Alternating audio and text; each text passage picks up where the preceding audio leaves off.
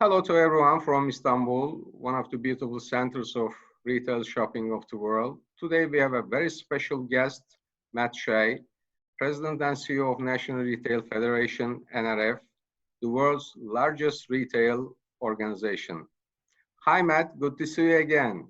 Nice to see you too. Thanks for having me. It's nice to talk to you. Thank you. We were together in Istanbul at Retail Days. Now we are together again. I'm in Istanbul, you're in Washington. Yes. It's 8 in the morning. How is life in Washington? Well, it's different. It's certainly different. The city remains closed, and the local jurisdictions, and so most of the retail shopping places, the malls have been closed, and of course the children are out of school, and the federal government is closed. But little by little, we're starting to reopen, and we're starting to see signs of the economy starting to rebound and come back to a bit more like normal. Okay, I have lots of questions. I will ask the first one. NRF is coping with the pandemic very successfully under your leadership. I wonder what were the weaknesses and strengths of the retail industry when this all started? Well, we were fortunate. We had come off a very strong retail sales year in 2019, one of the best in many years. And our holiday season, November and December, we had sales grow more than 4% over the previous year. That was the strongest in almost a decade. So the retail industry was in very good shape because consumers were so healthy, our unemployment rate was so low. And that's why so much of the emphasis in our efforts has been to keep Americans employed and to get them the relief they needed, because the consumer drives our economy. And it was good times when it all started. There is a hot issue between retailers and shopping centers. Same in Turkey. We have local strong brands, global brands, very beautiful shopping centers. But the rent issue in the pandemic is a very hot issue. When the stores were closed, did they pay rent to the shopping centers? Well, it was also a hot topic, and it remains a hot topic here, the discussion between tenants and landlords and lenders, because everyone is connected, and it's an ecosystem and a community. And so they all need relief. And in many cases, you saw landlords working with some of their tenants to provide relief in the form of some sort of an extension on a lease that would allow them to forego rent payments, at least temporarily. And for other businesses, there was no relief, and so they continued to pay rent even though they were closed. So I think that continues to be an issue that is being discussed between and among landlords and tenants, and hopefully, as we get the economy reopened, that issue will begin to subside. Okay, another issue is for shopping centers, common area maintenance costs. When the stores were closed, it's okay, but they are reopening their stores. The retailers are reopening their stores, but not full capacity in the shopping centers. What will this situation be after reopening for these costs? Well, we're only finding that out now. Just this week, the week that we're close to ending, we just started to see some malls reopen. We started to see major retailers in the apparel space begin to reopen their stores on a limited basis. In some cases, only for curbside, and in other cases, stores are actually physically open. So I think that will also be something that, as we see what the new retail looks like in malls and in shopping places that have been closed, that will start to resolve itself as well, because there's so many variations from region to region and across the country that there's no single experience. And I think we need a little more time to have these businesses reopen before we see how that begins to take care of itself.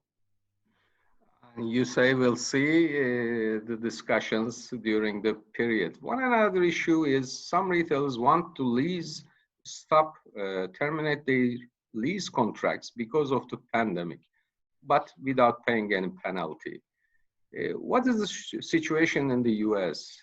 Do the retailers have this right to lease their, to terminate their lease contracts without penalty? Well, it certainly depends on the language of the contract. And I think this is a bit of uncharted territory because we are in this environment that no one has experienced previously. And so there are many different interpretations of what constitutes a so-called force majeure, what would allow you to trigger a clause in your contract that you could break the contract. And that's true in a variety of commercial contracts, not only in commercial leases, but other businesses have been exploring this same area of the law. And I think because this is something that we have never experienced before, and I don't want to use the word unprecedented because everyone is using that word over and over, but there's no clear roadmap, there's no clear guidance on this, simply because it's a question of first impression. And that debate has also rolled over into conversations about business interruption insurance and whether insurance companies should be compensating the insureds, the policyholders, for claims related to interruption in their services because of the pandemic. And so I think this is a whole area of law, all of this in the United States, that's uncharted territory. And we're going to have to explore that over the weeks and months ahead. Okay. When do you think the retail sales will reach normal figures? Well, I think the consumer is clearly going to be constrained in the near term simply because of the unemployment rate and the fact that so many people are disconnected from their previous jobs, and that's going to have a cascading effect across the economy. So many retail companies, particularly in the discretionary space, are projecting extraordinarily modest sales in the near term. But these are companies whose sales were down as much as 90% because their stores were closed. And so while they remained open for online business, they had very modest online sales, and now they need their stores open. So I think, we're going to see if by the end of this year, by the holiday season, the consumer is in a better place and we recover in some of those categories. In other categories, in grocery and pharmacy and home improvement, in hardware, in furniture, even to a certain extent in electronics, some of those businesses have continued to have strong sales, but those companies also have increased costs associated with staffing changes and fulfillment changes, and of course, the cost of cleaning and sanitization and the protective equipment that has to be issued to both to employees and to customers. So I think we're going to be later into this year before we see the consumer begin to recover in a substantial way. Okay, Matt, I want to hear your advices about a fast recovery for retailers for this period. What must they do, the retail industry, for a fast recovery? Well, I think that the retailers that are going to recover most quickly will be those that find a way to accelerate the work they're doing or a digital experience for their customers. And those that also in the physical space demonstrate that safety and health is a real commitment of the brand, is a real cultural commitment that's not only about whether the cash register or one part of the store is clean, but that's true throughout the entire business. And I think, as we go forward, that health and safety commitment is going to really be the new brand promise. And companies whose brands are associated with a high level of commitment to health and safety, certainly in the near term, are going to be able to achieve customer loyalty, maintain high levels of customer engagement, and most likely will be more successful in the market.